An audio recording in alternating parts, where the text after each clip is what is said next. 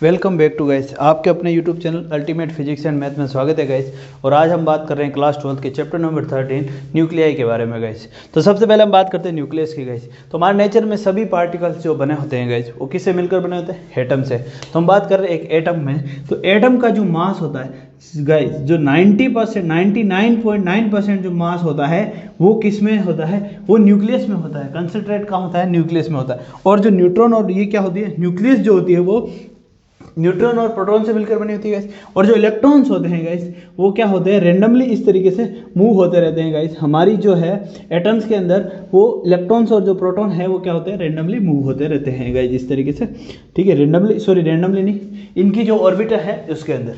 ठीक है, तो अब हम बात कर रहे हैं जो ये मान लो यहाँ पर हमारे पास ये क्या है? एक इलेक्ट्रॉन्स है, वो इन ऑर्बिट्स में मूव हो रहे हैं। और जो इसका जो है कंप्लीट मास जो होता है एटम का, वो कंप्लीट मास कहाँ कंसंट्रेट होता है? वो 99.9% जो मास होता है ना, वो कहाँ पर कंसंट्रेट होता है? वो इसके सेंटर पर कंसंट्रेट होता है। और ये सेंटर पर जो सारा मास जो होता है इसके सेंटर पर कंसंट्रेट होता है। उसी मास को हम सेंटर मास को हम क्या बोलते हैं? न्यूक्लियस बोलते हैं। तो हम बोल सकते हैं एक न्यूक्लियस जो है वो क्या है? कलेक्शन है किसका? जो है न्यूट्रॉन और प्रोटॉन के।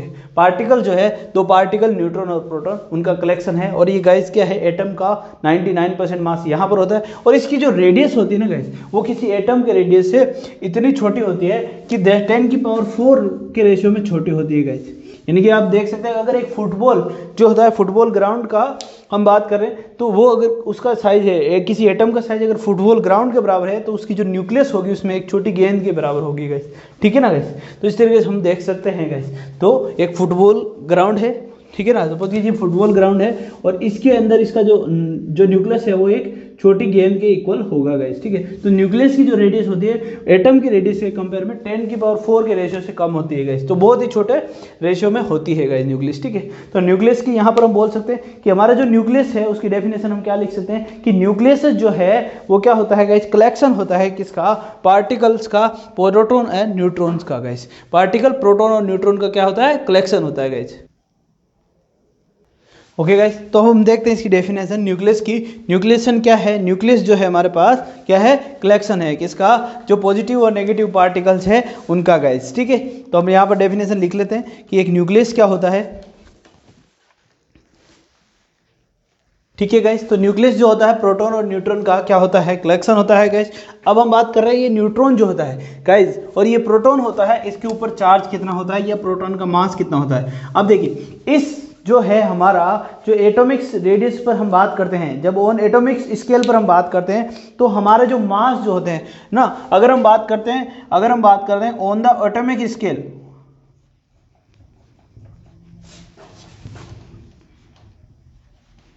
जो है जब हम एटॉमिक स्केल पर बात करते हैं तो हमारा जो मास होता है, तो मास जो है वो मेजर कहां पर किया जाता है? मास जो होता है, मास इज मेजर्ड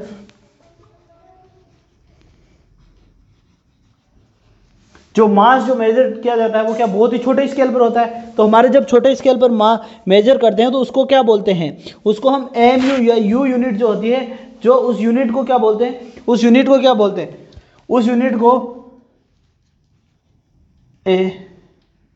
जो मेजर्ड इन एटॉमिक यूनिट है, जो ना इन किसके अंदर मेजर्ड किया जाता है, किसमें? एक एटॉमिक यूनिट में। तो उस एटॉमिक यूनिट को क्या बोलते हैं? एमयू बोलते हैं गाइस। इन एटॉमिक यूनिट,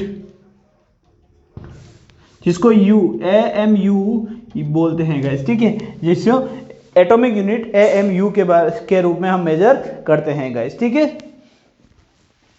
तो एटॉमिक मास यूनिट जो है, एटॉमिक मास यूनिट एएमयू के फॉर्म में। ठीक है, तो बात करते हैं हम प्रोटॉन जो रहता है। किसी भी प्रोटॉन्स का जो मास होता है गाइस, प्रोटॉन्स का जो मास होता है, तो वो क्या होता है गाइस? किसी की प्रोटॉन का जो मास होता है ना, वो कितना होता है? अब हाँ, हर एक एमयू जो होता है, एमयू जो क्या होता है? 1/12 ऑफ मास कार्बन 12 के मास के 1/12 के इक्वल होता है गाइस। जो कार्बन 12 का जो मास है उसका 1/12 जो होता है, 1/12 जो होता है वो 1 mu के इक्वल होता है, 1 mu के इक्वल होता है गाइस, जिसको हम u से भी डिनोट करते हैं गाइस, ठीक है ना। तो अब हम बात करते हैं प्रोटॉन का जो मास होता है। प्रोटॉन में चार्ज कैसा होता है गाइस? प्रोटॉन जो होता है पॉजिटिव चार्ज होता है। कैसा होता है? चार्ज जो होता है वो कैसा होता है? पॉजिटिव होता है, ठीक है। और इस पर जो चार्ज होता है वो कितना होता है? 1.6 × 10⁻19 कूलम गाइस। ये क्या होता है? इसका चार्ज होता है इस पर, जो है ना, चार्ज कितना पॉजिटिव चार्ज होता है और कितना होता है? 1.6 × 10⁻19 कूलम गाइस। ये क्या होता है? एक प्रोटॉन का चार्ज होता है। और एक प्रोटॉन का जो मास होता है वो कितना होता है? 1 AMU बोल सकते हो गाइस, या इसको इक्वल लिख सकते हैं हम किसके? 1.6 × 10⁻27 kg गाइस। 1.6 × 10⁻27 गाइस kg जो होता है इसका क्या होता है? एक मास होता है किसका? एक प्रोटॉन का गाइस, ठीक है गाइस। तो एक प्रोटॉन का मास कितना होता है? 1.6 × -27 kg। और जो एक mu का जो मास होता है इसको ये होता है, एक u जो होता है 1 u इक्वल टू कितना होता है? 1.66 × 10⁻27 गाइस होता है, ठीक है ना गाइस, -27 kg अप्रोक्स। तो ये लगभग सेम ही रहता है गाइस, ठीक है ना। तो एक प्रोटॉन का मास। दूसरा एक न्यूट्रॉन का बात करते हैं। जो न्यूट्रॉन जो होता है गाइस, न्यूट्रॉन जो होता है वो कैसा होता है? न्यूट्रॉन जो होता है न्यूट्रल होता है और उसके ऊपर जो चार्ज होता है, इसके ऊपर जो चार्ज होता है वो कितना होता है? 0 होता है। ये कैसा है? न्यूट्रल होता है गाइस। और इसका जो मास होता है इस प्रोटॉन से थोड़ा सा ज्यादा होता है। और इसका जो मास जो होता है एक प्रोटॉन से थोड़ा सा क्या होता है? ज्यादा होता है। वो कितना होता है? 1.674 × 10⁻27 kg होता है गाइस। हल्का सा थोड़ा सा इसमें क्या होता है? ज्यादा होता है। तो छोटे पार्टिकल्स के लिए हमें इतना डिफरेंस पता नहीं चलता है, लेकिन जैसे जैसे नंबर एटॉमिक मास बढ़ता जाता है तो हमें इसका डिफरेंस पता लगने लग जाता है गाइस, ठीक है। तो एक प्रोटॉन का मास ही होता है, एक न्यूट्रॉन का मास ही होता है। तो एक न्यूक्लियस जो होता है वो उसका मास कितना होगा गाइस, ठीक है। तो हम बता सकते हैं न्यूट्रॉन और प्रोटॉन का जो मास होता है उनका सम करेंगे तो हमें न्यूक्लियस का मास मिल जाएगा। क्योंकि एक न्यूक्लियस का जो मास होता है गाइस, एक न्यूक्लियस का मास जो होता है वो सम होता है किसका? वो प्रोटॉन और न्यूट्रॉन के मास का, ठीक है गाइस। तो किसी भी एटॉमिक स्ट्रक्चर है उसके अंदर कितने प्रोटॉन है, कितने न्यूट्रॉन है, उसको हम एक्सप्रेस किस तरीके से करते हैं उसके बारे में हम बात करते हैं गाइस। इसको नोट कर लीजिए। ओके गाइस, तो अब हम बात करते हैं न्यूक्लियाई के बारे में। गाइस, किसी भी स्पीसीज की न्यूक्लियाई को हम किस तरीके से रिप्रेजेंट करते हैं कि उसमें कितने नंबर ऑफ इलेक्ट्रॉन्स है, कितने नंबर ऑफ प्रोटॉन्स है गाइस, वो किस तरीके से रिप्रेजेंट करते हैं और किस तरीके से देखते हैं गाइस। तो इसको हम इस तरीके से देखते हैं, द न्यूक्लियस स्पीस जो है, न्यूक्लियर स्पीसीज और या न्यूक्लियाइड जो है उसको हम इस तरीके से रिप्रेजेंट करते हैं, जहां पर ए क्या है, जेड क्या है और एक्स क्या है, उसके बारे में बात करते हैं। सबसे पहले हम बात करते हैं एक्स के बारे में। एक्स क्या है? Where X is the chemical जो सिंबल ऑफ है स्पीसीज, यानी कि जैसे कि कार्बन हो गया या न्यूट्रॉन हो, जो नाइट्रोजन हो गया, प्रोटॉन हो गया, सॉरी जो फास्फोरस हो गया या ऑक्सीजन हो गया, इस तरीके से ये क्या है? अलग अलग हमारे पास क्या है? स्पीसीज है। यहाँ पर इसमें अगर हम बात करते हैं जैसे 6 है और ये 12 है या 7 और 14 है, इस तरीके से हम बात कर रहे हैं, तो ठीक है। तो अब हम बात करते हैं यहाँ पर कार्बन 6 है जो है, ये 12, ये 6 है, ये 7 और ये 14 है। तो यहाँ पर ए क्या है? 12 है और जेड क्या है? 6 है गाइस, ठीक है गाइस। तो अब इनके बारे में बात करते हैं गाइस कि यहाँ पर जो है इस सिंबल में, इस एक्सप्रेशन में ए क्या है और जेड क्या है। तो सबसे पहले हम बात करते हैं इस जो है एक्सप्रेशन में हमारे पास जेड क्या है गाइस। तो इस एक्सप्रेशन में जो जेड है गाइस, हमारे पास जेड जो है वो है एटॉमिक नंबर है। वो क्या है? Atomic number, atomic number guys, जिसको हम किससे रिप्रेजेंट करते हैं? जेड के अंदर गाइस। तो ये क्या होता है? जेड के अंदर जो एटॉमिक नंबर हम रिप्रेजेंट करते हैं गाइस, इस पार्टिकल के अंदर कि किसी भी न्यूक्लियस एटम के अंदर, किसी भी एटम के न्यूक्लियस के अंदर नंबर ऑफ प्रोटॉन्स कितने हैं गाइस, जो है एटॉमिक नंबर जो है वो क्या करता है? रिप्रेजेंट करता है किसको? Number of protons in A nucleus of A atom, यानी कि जो है किसको नंबर रिप्रेजेंट करता है? नंबर ऑफ, तो जेड is represent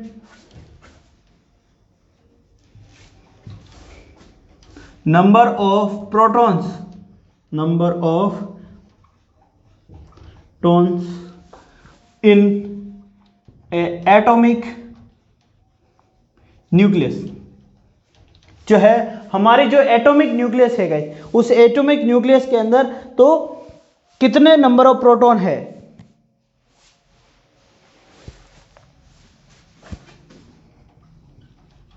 न्यूक्लियस ना, Z is the represent number of proton in atomic nucleus of an element. किसी भी एलिमेंट में कितने नंबर ऑफ प्रोटॉन है गाइस, ठीक है गाइस। तो यहाँ पर जेड जो है वो क्या रिप्रेजेंट करता है, नंबर ऑफ प्रोटॉन। और अब जो है जो ए है वो क्या है करता है, मास नंबर जो डिनोट करता है। हमारा जो ए है वो किसको डिनोट करेगा, जो है मास नंबर को डिनोट करता है गाइस। यानी कि अब बात करते हैं मास नंबर। नेक्स्ट जो ए है, एस क्या है, मास नंबर, जिसको ए से हम रिप्रेजेंट करते हैं, ठीक है गाइस। अब हम बात करते हैं मास नंबर की, कि मास नंबर क्या है, ये किस तरीके किसको रिप्रेजेंट करता है गाइस। तो ये जो मास नंबर ए होता है, ये टोटल नंबर ऑफ जो है इसमें कितने न्यूट्रॉन है या कितने प्रोटॉन है, यानी कि टोटल मास किसी भी एलिमेंट के न्यूक्लियस का अंदर जो टोटल मास है उसको रिप्रेजेंट करता है। तो इसी को इसलिए हम इसको क्या बोलते हैं, मास नंबर बोलते हैं। और जो मास नंबर ए है, मास नंबर हम बोल सकते हैं the mass number A is represent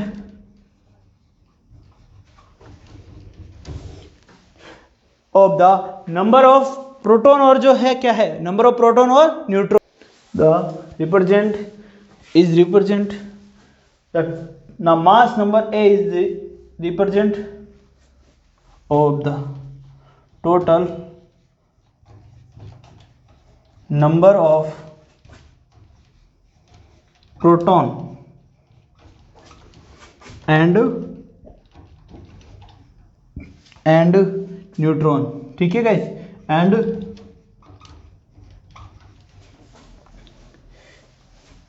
in A atomic nucleus of an element. किसी भी एलिमेंट के अंदर नंबर ऑफ प्रोटॉन कितने हैं, ए इक्वल टू क्या बोल रहे हैं, यह है न्यूट्रॉन प्लस प्रोटॉन गाइस, जो है न्यूट्रॉन प्लस प्रोटॉन के इक्वल हो जाएगा। तो मास नंबर जो है वो क्या है, किसी भी जो एलिमेंट की न्यूक्लियस है उसके अंदर कितने नंबर ऑफ प्रोटॉन है और कितने नंबर ऑफ इलेक्ट्रॉन जो है न्यूट्रॉन है गाइस।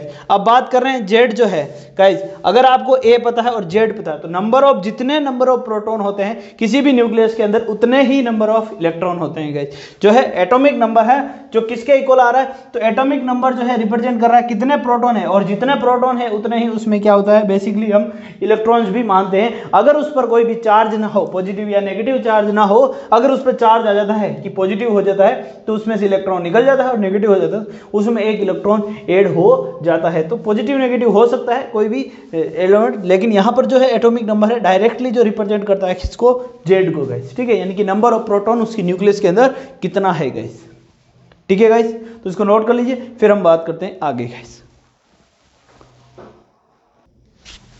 ओके गाइस, अब हम बात करते हैं टाइप ऑफ न्यूक्लियाइड्स जो है, इनके तीन टाइप्स होते हैं, किस तरीके से ये न्यूक्लियाइड के तीन टाइप जो है हम बात करते हैं। तो टाइप्स ऑफ न्यूक्लियाइड की बात करते हैं, एक आइसोटॉप्स होता है, एक आइसोबार होता है, एक आइसोटोन्स होता है गाइस, ठीक है।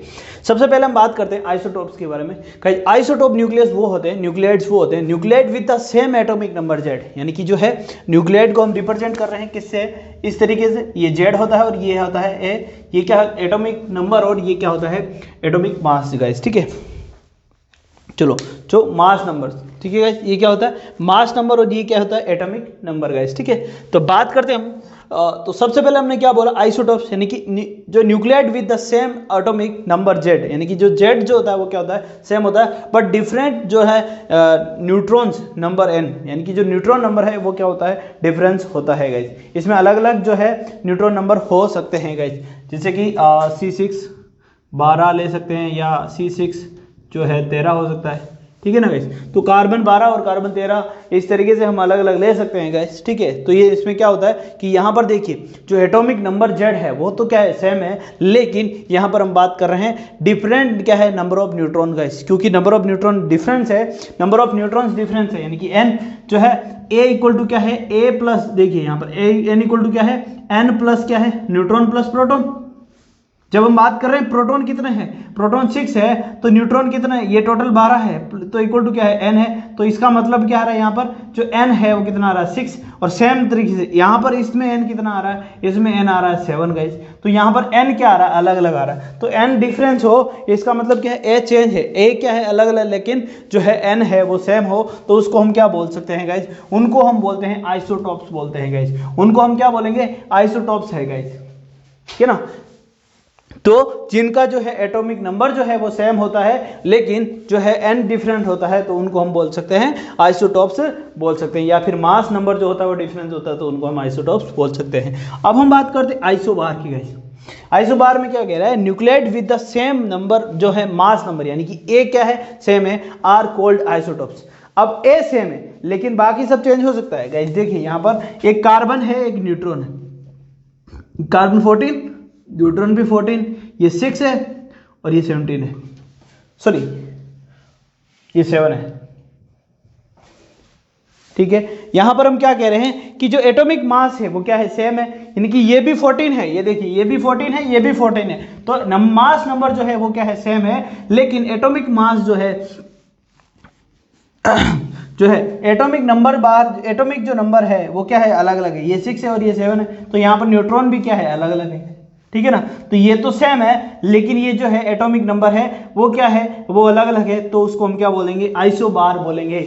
एटॉमिक नंबर अलग अलग है तो हम उसको क्या बोलेंगे, आइसोबार बोलेंगे गाइस। तीसरा है जो आता है उसमें क्या कह रहा है कि जो है आइसोटोन्स, उनको क्या बोलते हैं, nuclide with the same number, same neutron, neutron same है बट डिफरेंट एटॉमिक नंबर, यानी कि जेड जो है वो चेंज है गाइस। प्रोटॉन, यानी कि जो प्रोटॉन है, नंबर ऑफ प्रोटॉन वो क्या है, अलग अलग है, लेकिन न्यूट्रॉन सेम है। अब जब एक चीज, दो में से एक चीज अलग होगी तो इसका मतलब एटॉमिक मास भी अलग अलग होगा गाइस, ठीक है ना। तो इसके लिए हम एग्जांपल ले सकते हैं कि अगर हम कोई भी एग्जांपल लेते हैं, मान लो यहां पर हम लेते हैं गाइस, क्या लेते हैं कि Hg लेते हैं गाइस, ठीक है, ये 80 और ये 108 गाइस। Hg क्या है, 80 और ये क्या है गाइस, जी 108 लिया हमने गाइस, ठीक है। दूसरा लेते हैं क्या है कि 107 जो है Au लेते हैं, ये क्या है 107 और ये क्या है 79 गाइस, ये क्या है 79 गाइस। देखिए अब बात करते हैं एटॉमिक मास जो है, यहाँ पर देखिए एटॉमिक जो है जो मास नंबर है, सॉरी मास नंबर जो है वो क्या आ रहा है, चेंज आ रहा है। और यहाँ पर देखिए जो जेड है, जो है एटॉमिक नंबर है वो भी क्या आ रहा है, चेंज आ रहा है। अब बात करते हैं दोनों जगह, लेकिन दोनों जगह न्यूट्रॉन जो है वो क्या है, सेम है। न्यूट्रॉन क्या है, सेम है, सेम न्यूट्रॉन आप निकाल सकते हो गाइस। न्यूट्रॉन हम यहाँ से निकाल सकते हैं, सिंपल सा हम न्यूट्रॉन निकाल सकते हैं। कैसे, देखिए गाइस, न्यूट्रॉन अगर हम इसमें से ये माइनस कर देंगे तो पीछे न्यूट्रॉन हमारे पास क्या आ जाएगा, पीछे क्या आ जाएगा, न्यूट्रॉन आ जाएगा। देखिए 108 में से आप 80 निकालो तो ये क्या आ रहा है 28, ये कितना आ रहा है, तो यहाँ पर न्यूट्रॉन कितना आ रहा है 28 आ रहा है, और यहाँ पर भी न्यूट्रॉन कितना आ रहा है 28 आ रहा है। दोनों ही जगह न्यूट्रॉन क्या है गाइस, सेम है गाइस। दोनों ही जगह हमारे पास न्यूट्रॉन क्या है, सेम है, इसलिए इनको क्या बोलते हैं, आइसोटोन्स बोला जाता है गाइस। जब न्यूट्रॉन सेम हो लेकिन जो है एटॉमिक नंबर क्या है वो अलग अलग होगा गाइस, ठीक है। जब एटॉमिक नंबर अलग अलग होगा तो जो है मास नंबर है वो भी क्या होगा, डिफरेंट होगा गाइस। कहीं ना कहीं तो इसको बैलेंस करना पड़ेगा, ठीक है गाइस। तो ये तीनों जो है पार्ट होते हैं हमारे न्यूक्लियस होते हैं जो है। अब हम बात करेंगे न्यूक्लियस की जो साइज है या उसकी जो रेडियस है उसके बारे में गाइस, कि किसी भी न्यूक्लियस की जो साइज या रेडियस जो है वो कितनी होती है गाइस। इसको नोट कर लीजिए गाइस, फिर हम बात करते हैं radius of the nucleus guys. Okay guys, तो अब हम बात करते हैं साइज ऑफ द न्यूक्लियस। किसी भी न्यूक्लियस की जो साइज है उसकी हम बात करते हैं। तो हमने देखा गाइस जो न्यूक्लियस जो होती है गाइस किसी एटम के सेंटर में होती है और इस तरीके से न्यूक्लियस होती है गाइस, न्यूट्रॉन और प्रोटॉन होते हैं जिसके अंदर। तो ये न्यूक्लियस यहाँ पर अपने को कैसे दिख रही है, ये सर्कुलर है, लेकिन ये क्या है, स्फेरिकल है गाइस, ठीक है। तो स्फेरिकल है तो इसकी रेडियस है और इसका एक क्या है, वॉल्यूम है। तो हम बात कर रहे हैं कि इसके अंदर जो है न्यूक्लियस जो होती है ना गाइस, कि इसका जो वॉल्यूम होता है वो डायरेक्टली प्रोपोर्शनल होता है कि इसके एरिया के जो है वॉल्यूम जो है क्या है गाइस, डायरेक्टली प्रोपोर्शनल है किसके, एरिया के। इसका मतलब क्या है कि जो वॉल्यूम है, अब इस न्यूक्लियस ये कैसी है, स्फेरिकल, और स्फेरिकल है तो इसका जो वॉल्यूम है वो कितना होगा, देखिए गाइस, तो इसका वॉल्यूम कितना होगा 4/3 पाई r क्यूब प्रोपोर्शनल टू किसके हैं, a के। इसका मतलब क्या है कि यहां पर जो है गाइस ये तो क्या है, कांस्टेंट है। हम बोल सकते हैं कि r क्यूब जो है प्रोपोर्शनल है किसके, a के। तो दोनों ही तरफ से हम बोल सकते हैं कि r जो प्रोपोर्शनल है a की पावर 1/3 के। अब ये प्रोपोर्शनल का अगर हम साइन हटाते हैं तो उन्होंने तेरे 1/3 करते हैं गाइस, तो ये आर प्रोपोर्शनल आ रहा है किसके 1/3 के, ठीक है गाइस। तो इसका मतलब क्या है कि जो आर है वो इक्वल है किसके r0 a 1/3 गाइस। आर जो इक्वल आ रहा है यहाँ पर हम बात कर रहे हैं कि हमारा जो है आर है वो किसके इक्वल आ जाएगा, r0 है जो किसके इक्वल आ रहा है, आर जो है किसके आ रहा है r0 a 1/3, r0 equal to a की पावर क्या है 1/3 गाइस। आगे बात समझ में, ठीक है गाइस। तो अगर हम बात करते हैं, अब हमने यहाँ पर क्या बात करना है कि ये जो हमने लिखा कि r0 जो है ये क्या है कांस्टेंट है गाइस, ये क्या है कांस्टेंट है, ये क्या है कांस्टेंट है। और इसकी 1 पॉइंट जो इसकी वैल्यू आती है क्या आती है गाइस 1.2 × 10⁻⁻15 मीटर, यानी कि इसकी जो वैल्यू आ रही है r0 की वो कितना है 1.2 × 10⁻⁻15 मीटर गाइस, जिसको हम बोल सकते हैं, इसको क्या बोल सकते हैं 1.2 फर्मी, ठीक है गाइस। तो r0 यहां पर क्या आ रहा है कांस्टेंट आ रहा है 1.2 × 10⁻⁻15 मीटर, और इसको 1.2 फर्मी भी बोल सकते हैं गाइस। तो r0 हमारे पास क्या मिल गया, ये मिल गया। तो यानी कि स्पेरिकल जो है रेडियस जो है सो न्यूक्लियस है उसकी रेडियस r कितनी आ रही, r इक्वल टू क्या आ रहा है r0 a 1/3 गाइस।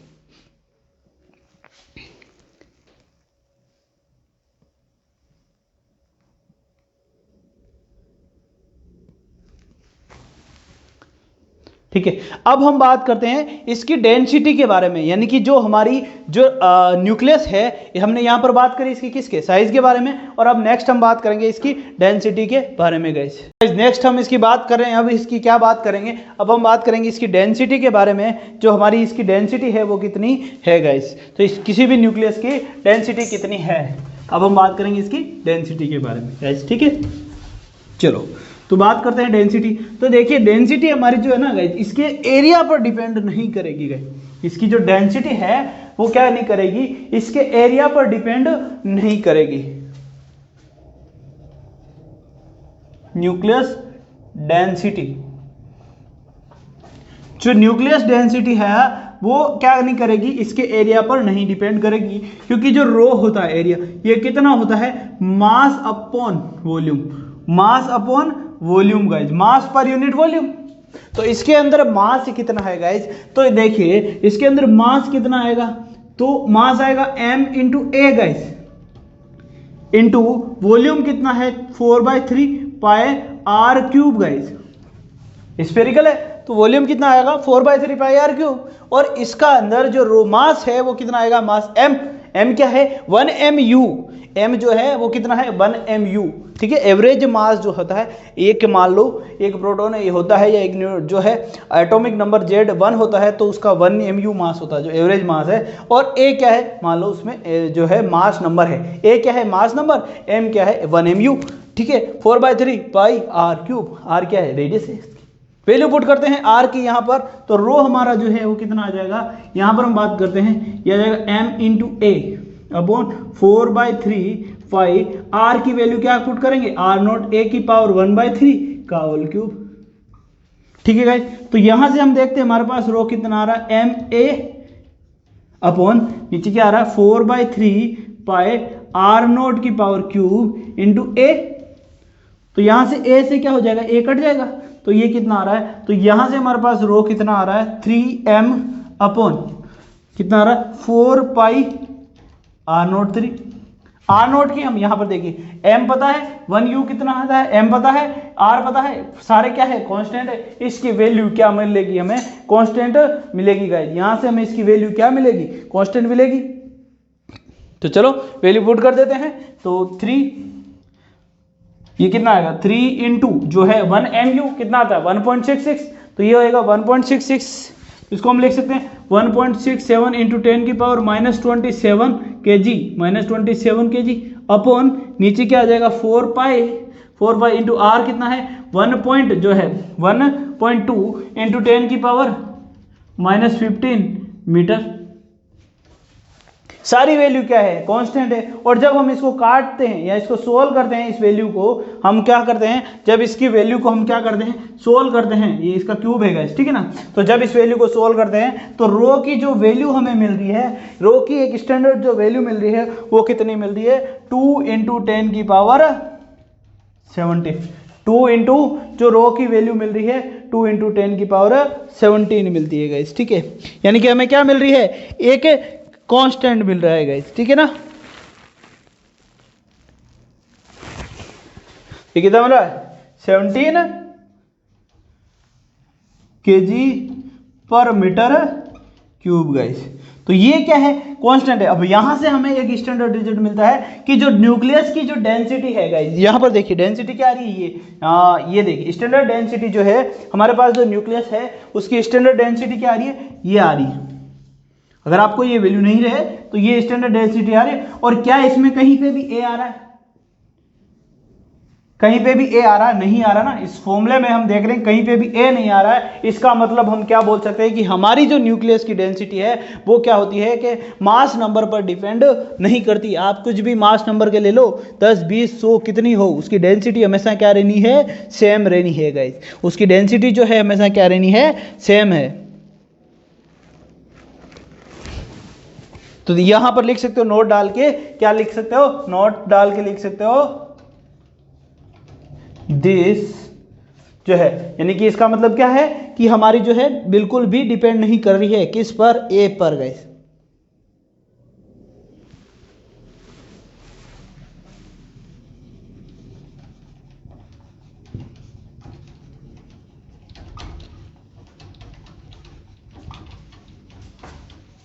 यानी कि ये इंप्लाई कर रहा है, this implies that the molecular number, या फिर हम बोल सकते हैं the density is independent of A, the density of nucleus is independent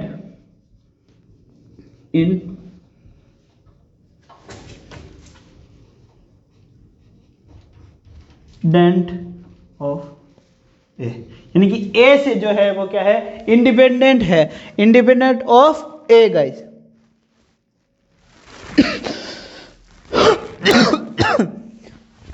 ठीक है गाइस, तो यहां पर इसकी जो है डेंसिटी है उसके बारे में नोट कर लीजिए गाइस। नेक्स्ट हम बात करेंगे मास एनर्जी इक्वेशन के बारे में, जो आइंस्टीन की जो इक्वेशन दी गई है गाइस ई के बारे में, उसके बारे में हम बात करेंगे गाइस। इसको नोट कर लीजिए। नेक्स्ट हम बात करते हैं जो है मास एनर्जी है उसके बारे में गाइस। ओके गाइस, तो मास एनर्जी इक्वेशन क्या है, जो आइंस्टीन शर्त है उसकी इनकी इक्वेशन E = mc², उसको हम सब जानते हैं। तो उन्होंने क्या कहा था कि mass and energy are equivalent, दोनों क्या है, सेम है गाइस। देखिए गाइस कि अलग अलग नहीं है, दोनों है, मास ही एनर्जी है, एनर्जी ही मास है, ठीक है गाइस। तो देखिए इन energy of a body is increase by A mass amount of E, यानी कि जो किसी बॉडी के अंदर जो एनर्जी है उसको E अमाउंट E के रूप फॉर्म में अगर इंक्रीज करते हैं देन उसके its mass increase by m, तो उसका मास क्या हो जाएगा, m से इसका हो जाएगा, वेर m क्या है, m = E/c², यानी कि हम E बोल सकते हैं E = mc² गाइस। पर इस इक्वेशन को हम सभी जानते हैं गाइस, इस इक्वेशन को हम सभी क्या है, जानते हैं गाइस, ठीक है। तो इसको हम दे देते हैं इक्वेशन नंबर 1, यानी कि ये कह रहे हैं कि अगर किसी भी बॉडी की आप अगर एनर्जी बढ़ाते हो तो उसका मास क्या है, बढ़ जाता है, और अगर उसकी एनर्जी कम होती है तो उसका मास भी क्या हो जाता है, कम हो जाता है। इसी से आइंस्टीन साहब ने ये इक्वेशन दी है गाइस, ठीक है। तो इसका मतलब क्या है कि कोई चीज जो है कि रेस्ट में है और फिर उसको वो मोशन में आती है, तो रेस्ट में होती है तब उसमें एनर्जी ज्यादा होती है, या मोशन में होती है तब उसमें एनर्जी ज्यादा, मोशन में होती है जब उसमें क्या होती है, एनर्जी ज्यादा होती है। इसका मतलब जब मोशन में होगी उसमें एनर्जी ज्यादा होगी, तो उसका मतलब उसमें मोशन में मास भी ज्यादा होगा। लेकिन जब हम इस गेंद को देखते हैं कि भाई उसको फेंकते हैं तो उसका मास ज़्यादा नहीं लगता है, क्योंकि इन रिलेटेड हम बात करें ये जो रेशियो जो होता है वो बहुत ही क्या होता है, छोटा होता है। जिस स्पीड से हम फेंकते हैं उससे कंपैरिजन में ये क्या है, स्पीड बहुत ज़्यादा है गाइस। इसलिए जो रेशियो आता है मास में, जो ग्रोथ होती है वो क्या होती है, बहुत ही कम होती है गाइस, ठीक है गाइस। तो चलो, तो इससे हम बात करते हैं कि काइनेटिक एनर्जी के बारे में बात करते हैं। काइनेटिक एनर्जी, जब हम किसी जो ऑब्जेक्ट को काइनेटिक एनर्जी देंगे, E = क्या होता है, E रेस्ट प्लस जो है E कौन सी, काइनेटिक एनर्जी भाई जो मोशन में है कोई आइटम, हमारे पास कोई चीज़ जो है मोशन में है तो उसके अंदर जो है एनर्जी कितनी होगी। हमारे पास कोई ऑब्जेक्ट जो है, कोई बॉडी जो है वो क्या है, मोशन में है, तो उसके अंदर एनर्जी कितनी होगी, equal to E rest plus जो उसकी काइनेटिक एनर्जी है वो। ठीक है गाइस, तो अब हम बात कर रहे हैं गाइस, तो ई क्या हो जाएगा यहाँ पर, ई रेस्ट पर जो है इक्वल टू बात कर रहे हैं एम नॉट सी, जो है रेस्ट में है तब उसकी एनर्जी क्या हो जाएगी, एम नॉट सी स्क्वायर। ठीक है गाइस, रेस्ट में है जब उसकी एनर्जी। अब देखिए इसको इस तरीके से ना समझे, ठीक है, मास की बात कर ले, एनर्जी को फॉर्म में, एनर्जी को मास के फॉर्म में लिखते हैं, मास को या एनर्जी के फॉर्म में लिखते हैं। एक बार देखिए गाइस कि जो रेस्ट में होता है तो मास कितना होगा भाई, इसका मास जो है ये एम नॉट प्लस जो काइनेटिक एनर्जी में जो मास हो जाएगा, जो उसका मोशन में जो हो जाएगा, मोशन में जो है काइनेटिक एनर्जी जो है एम के upon C square, M upon C square upon kinetic energy upon C square. देखिए यहां पर गाइस, तो यहां पर बात कर रहे हैं कि काइनेटिक एनर्जी जो है, काइनेटिक एनर्जी इक्वल टू कितना हो जाएगा, ई इक्वल टू क्या है, M naught C square. Kinetic energy जो है वो हमें पता नहीं है कितनी है गाइस, ठीक है, काइनेटिक एनर्जी जो है वो हमें पता नहीं है गाइस, ठीक है, तो इसको हम लिख सकते हैं प्लस काइनेटिक एनर्जी ई क्या है, एम सी स्क्वायर, ई को हम क्या लिख सकते हैं, एम सी स्क्वायर। ठीक है, ये क्या है एट रेस्ट पर, ये क्या है मोशन पर। ठीक है, इक्वल टू, तो काइनेटिक एनर्जी के ई इक्वल टू हमारे पास यहां से कितना आ जाएगा, M C square minus M naught C square. यहां से काइनेटिक एनर्जी हमें क्या मिल जाएगी, काइनेटिक एनर्जी एम यहां पर कांस्टेंट है तो सी स्क्वायर माइनस, सॉरी सी क्या है यहां पर कांस्टेंट है, तो हम क्या निकालेंगे, M minus M naught into C square. तो काइनेटिक एनर्जी में जितना चेंज होगा, इससे मतलब क्या मिल रहा है, इससे मतलब क्या आ रहा है, काइनेटिक एनर्जी जो है वो किसके इक्वल है, change in the mass into C square. यानी कि जो मास में जो चेंजेज हो रहा है उसके इक्वल ही हमारी जो काइनेटिक एनर्जी है। यानी यहां से क्या मिल रहा है कि मास में जो चेंजेज हो रहा है और काइनेटिक एनर्जी में जो चेंजेज हो रहा है वो क्या है, इक्वल है, change in the mass. Kinetic energy क्या शो कर रहा है कि change in the mass guys. तो यानी कि जो है यहाँ पर क्या मिल रहा है कि जो इक्वेशन जो है हमें क्या मिल रही है कि काइनेटिक एनर्जी में चेंज है, जो change in the mass equal to C square है। ठीक है, और mass and energy are equivalent guys. ठीक है गाइस, तो नोट कर लीजिए इसको। मिलते हैं नेक्स्ट वीडियो में, तो बाइंडिंग एनर्जी वगैरह, बॉन्डिंग एनर्जी वगैरह के बारे में बात करेंगे। तब तक के लिए bye bye guys, please like and subscribe guys.